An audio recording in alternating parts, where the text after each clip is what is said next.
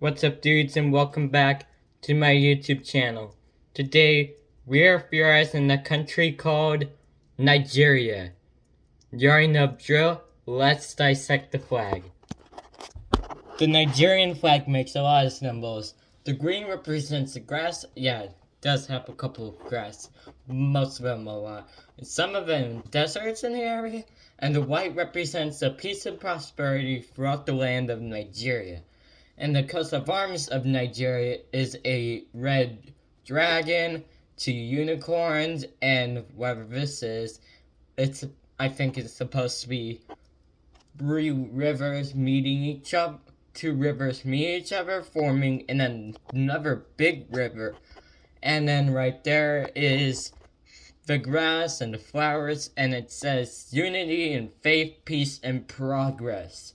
However, the country is located in Africa bordering Benin, Niger, Chad by just a little bit, Cameroon, and it's a part of the African Union like most African countries.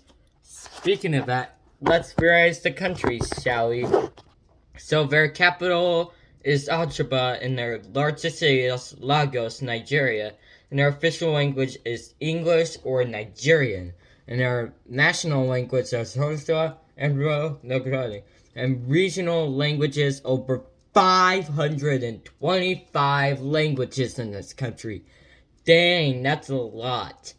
And their ethnic groups are mostly 30% Hausa, but others are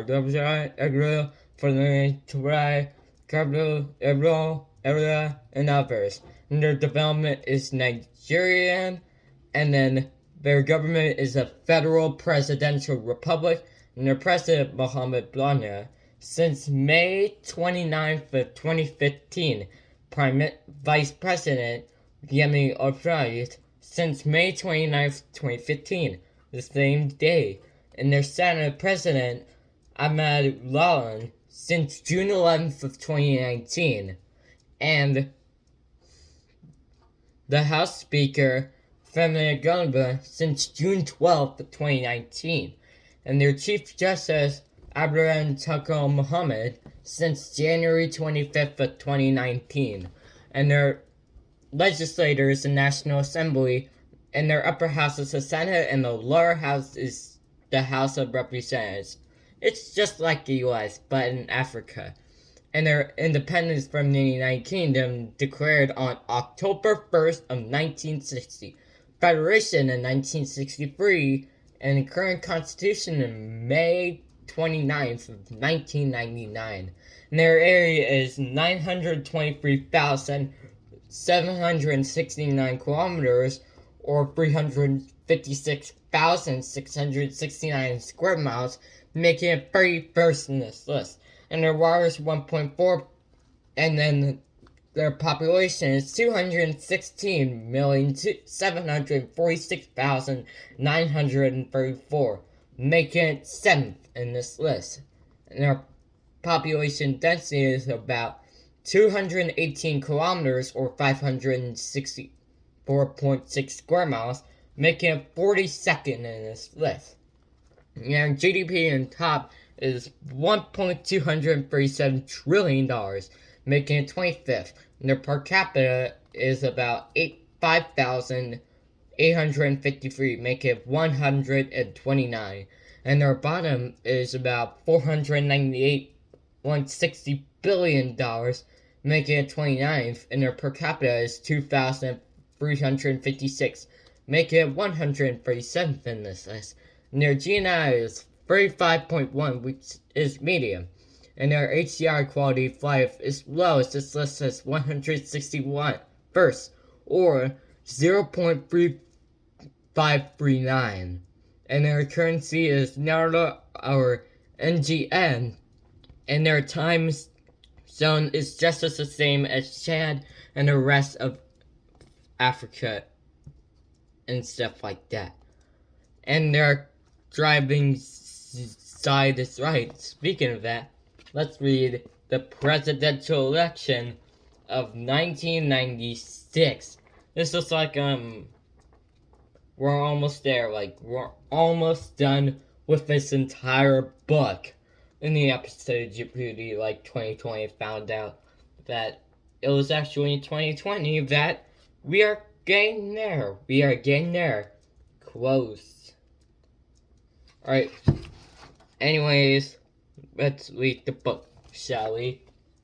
The 53rd presidential election in American history took place on November 5th, 1996. It featured a dude from Kansas, a dude from Arkansas, and another dude from Texas. At first, it wasn't too looking good for Bill Clinton. He had faced the Republican Revolution of 1994, in which the Republican Party regained control of both houses of Congress of state government and the long houses. In fact, this was the first time Republicans had a majority in the House of Representatives in 40 years. Clinton hadn't held up their promise to cut taxes and to reduce the death rate. Plus, he wanted to take away the Second Amendment. Oh, and jokes, seriously, he signed the federal assault weapons ban, which didn't get him many friends with the National Rifle Association. However, the economy was going better, and the United States was the only superpower left on the world stage. So America was like, what's up now, world? Clinton maybe had a chance, and his vice president, Al Gore, was easily renominated. Many Republicans were in the candidacy, and there was a couple of candidates I must explain. Bob Dole, senator from Kansas, Pat Buchanan with Never Try, a conservative communist from Virginia, Steve Forbes, a newspaper and magazine publisher from New York, Lamar Alexander, the former governor of Tennessee, Alan Keyes, the former USS ECOSOC ambassador to Maryland, and Richard Lugar, a senator from Indiana, Phil Grammer, senator from Texas, Bob Doran, a representative from California, Alan Spector, the senator from Pennsylvania, Pete Wilson, the governor of California. But there was one thing, and Jack Kemp, U.S. Secretary of Housing and Urban Development, right here, and there was a couple of candidates that were in their nomination or frontrunners, but one stood out, Bob Dole.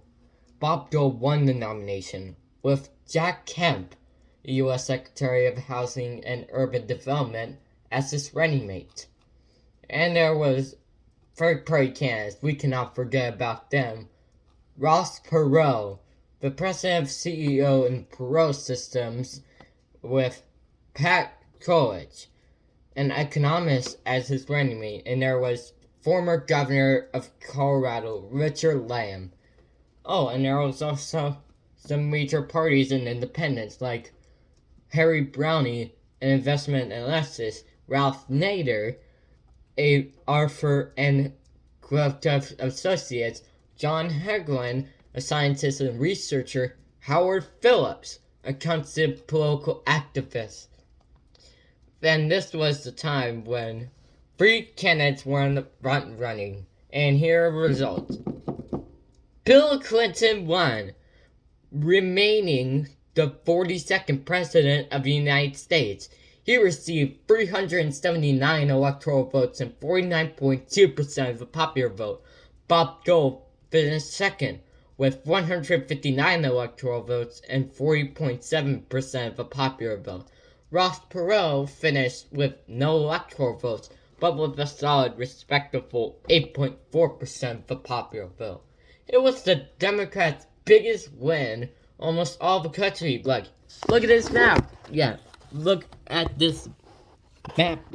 You can see, you can clearly tell that the West is almost dominated by Clinton and Central is dominated by Dole, and the rest of the East Coast is dominated by Bill Clinton, while the South is dominated by Bob Dole. It was the biggest win in Republicans' history in years, probably years. And that was it for the video, so Thank you for watching this video. Hope you have an amazing day, a great day, and I'll see you next week.